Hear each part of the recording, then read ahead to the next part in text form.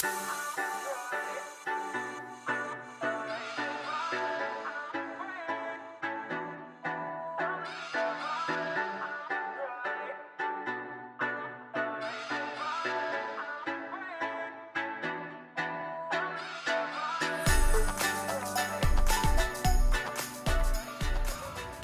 guys, it's Hashim from Pushing Film. Today I've got a new camera to review.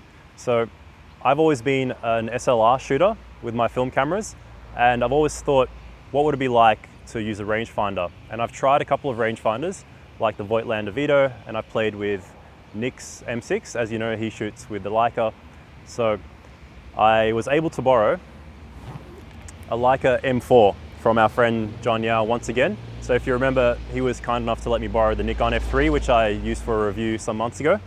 And the M4 was a camera I'd always been curious about. I always told myself that if I was ever to try a Leica, I'd probably try an M3 or an M4 or an M2, because they've always been seen as the classics, the original stripped down Leicas. So there's no light meter, and it's just a bare bones camera, just a true rangefinder in every sense. So I'm gonna take it off for a sec.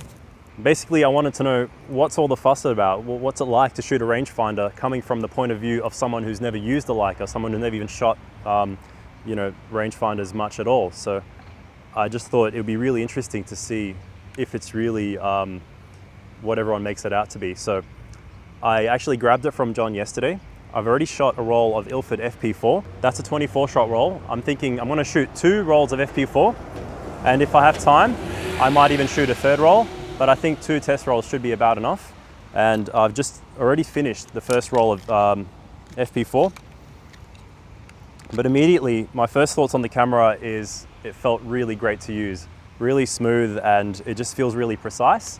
I'm sure it's gonna take some getting used to if I ever plan to use a rangefinder long term, but what I'm gonna do is load up another roll, and I'm gonna show you with the GoPro on the camera some of the shots I take, and including some of the shots from yesterday if I get anything good from that, and just give you my first impressions. So I'm gonna load up a new roll.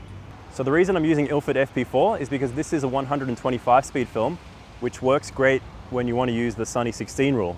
And because I don't have a light meter and the camera doesn't have a light meter, that's what I'm going to be using. I'm just going to leave my shutter speed on 125th of a second, plus or minus to stop, and just mainly use the aperture on this lens, which is a Summron 35mm 3.5.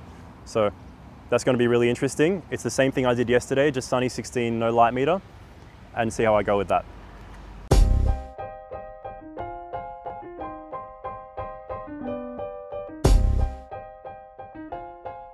So another thing I really like about this camera compared to the M2 and the M3 was it has the same quick loading system from the M6. You don't need to remove a spool from outside of the bottom of the camera to load up the film. It's as simple as extending the leader and then feeding it into the take-up spool here, shut it, advance a couple of times, and you're good to go.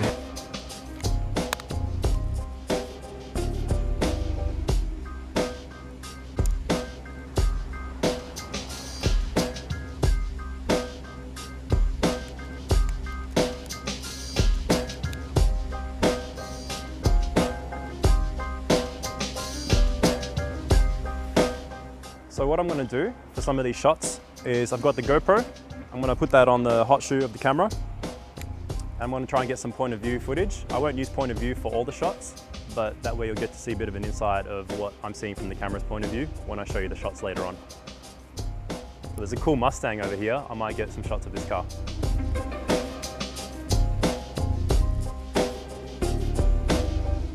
Now, because the weather's a little bit hazy, it's not quite completely sunny, I'm going to use 125th of a second and f8. So that's my guesstimation. I could probably go between f8 and f11, but I'd rather overexpose a bit, so I'll take some shots at f8.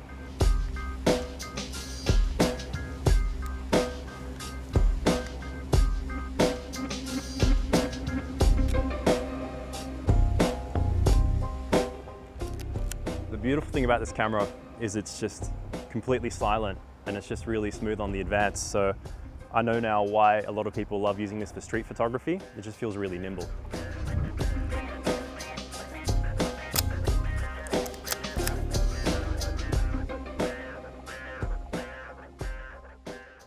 So one of the main things to get used to when you're using a rangefinder coming from using an SLR is focusing. So obviously you're going to be using the rangefinder patch, but on a Leica system, it's one of the best in the world, or if not the best in the world, especially on some of the older ones, like the M3, 4, 5, and 6. The rangefinder is just awesome to use, really easy to see through.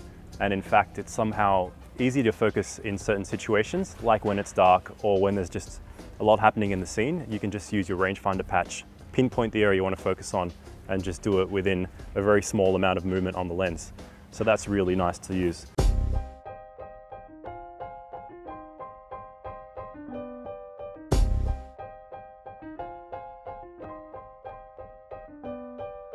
Otherwise, like I said before, it's just much quieter, smoother, and it just feels more instant because there's no mirror. As soon as you press that button, you can feel the shutter going off.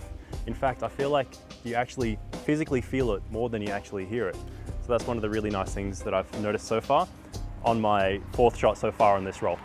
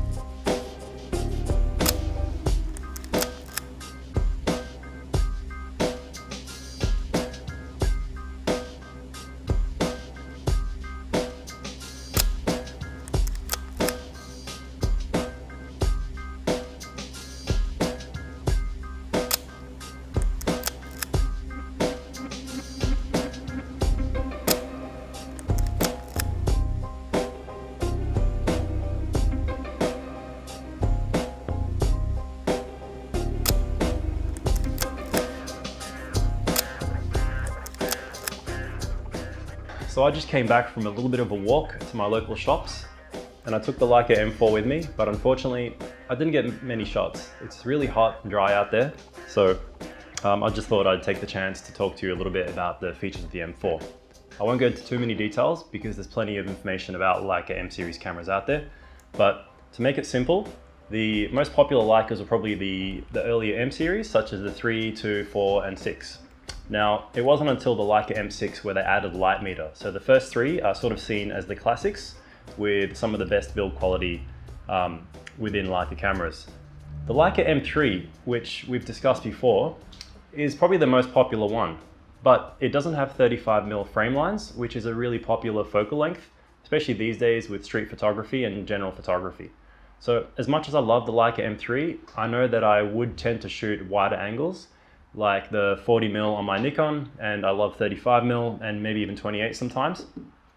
Although this doesn't have 28mm frame lines, it does have 35. So after the M3, they added 35mm frame lines.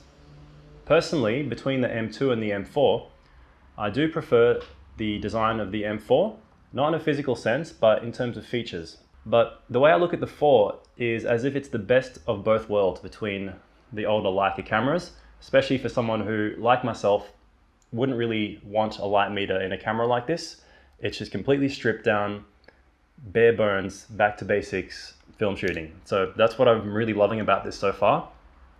And it's just been a pleasure to use up till this point. Now, my first thoughts on comparing my SLR experience to Leica experience is that they're both good in their own ways. I really like how quick this is to use. But I really like how what you see is what you get through the viewfinder of an SLR. So when I'm looking through, what I'm focusing on is actually coming into focus. But on the other hand, that can be a little bit difficult in tricky lighting situations, especially when it's a bit darker or there's a lot of contrast and a lot happening in your scene. What I do like about the Leica is that with the rangefinder, it's so super clear and bright that you can just put that rangefinder on whatever you need to focus on, and it's really easy. So even in darker situations, I actually found it pretty easy to use.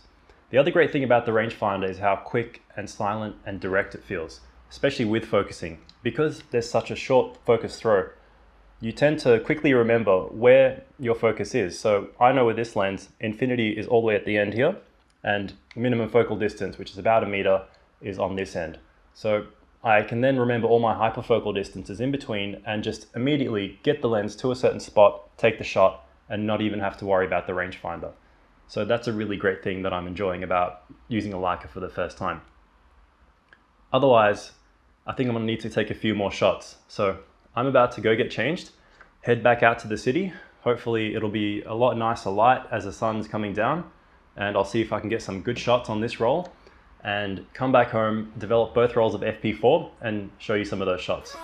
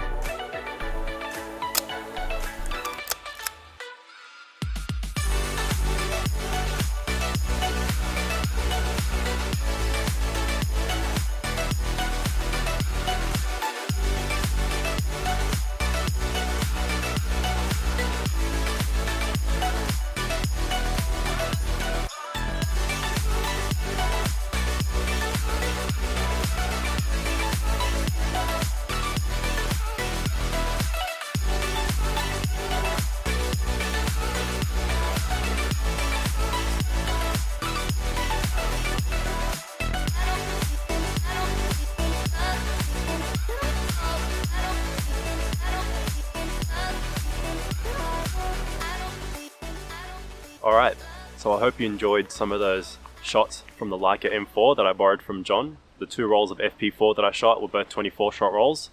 Those were just a selection of some of my favorites. Surprisingly, most of the shots were in focus. Even though I was really worried about the first time using a Leica or a rangefinder, I actually found it really good in its own way. So as much as I love shooting with an SLR, I found that a rangefinder works really well in the style that I was shooting that. So like really quick and fast reaction shooting like on the street and so on. So that really was the first thing that surprised me.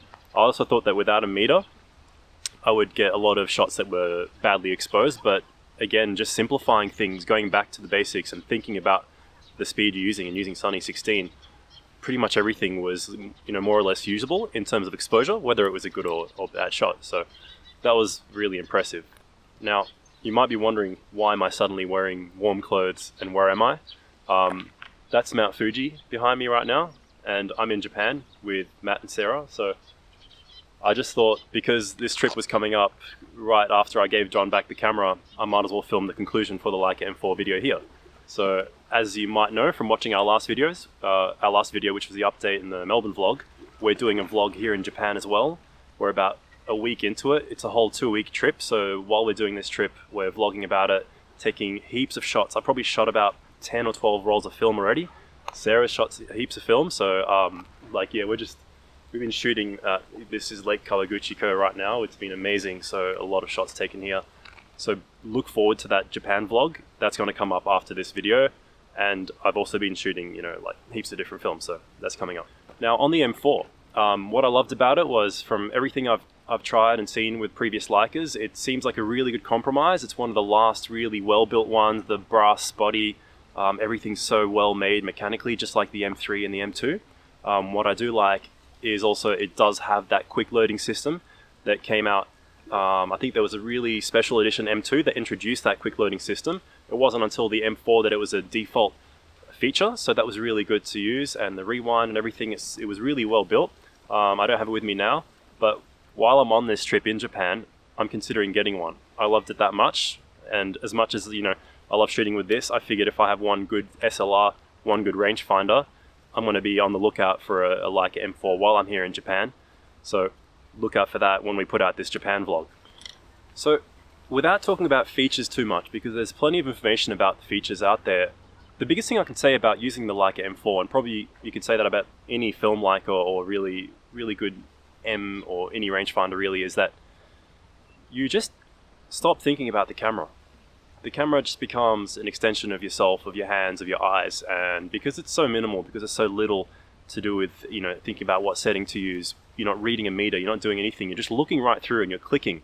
So it becomes like the camera becomes invisible. That's what I felt about using the M4, and I'm sure that's how a lot of people feel when they're using M3s, any, you know, great Nikon or Contax or whatever rangefinder, especially because it's so stripped down and it's just you're looking through a viewfinder that actually is what you're seeing. You're not looking through a lens or a sensor or anything like that. So that was the biggest thing that impressed me, and just the usability of it. So I'm not going to drone on about the features. We all know a lot about that, but I can say it was a breeze to use. I've got to say thank you again to John Yao for letting me borrow it. It was a beautiful condition M4 as well. I'm sure I probably won't find one as good as that. But yeah, I hope you enjoyed my review, and we'll see you on the next video on pushing film.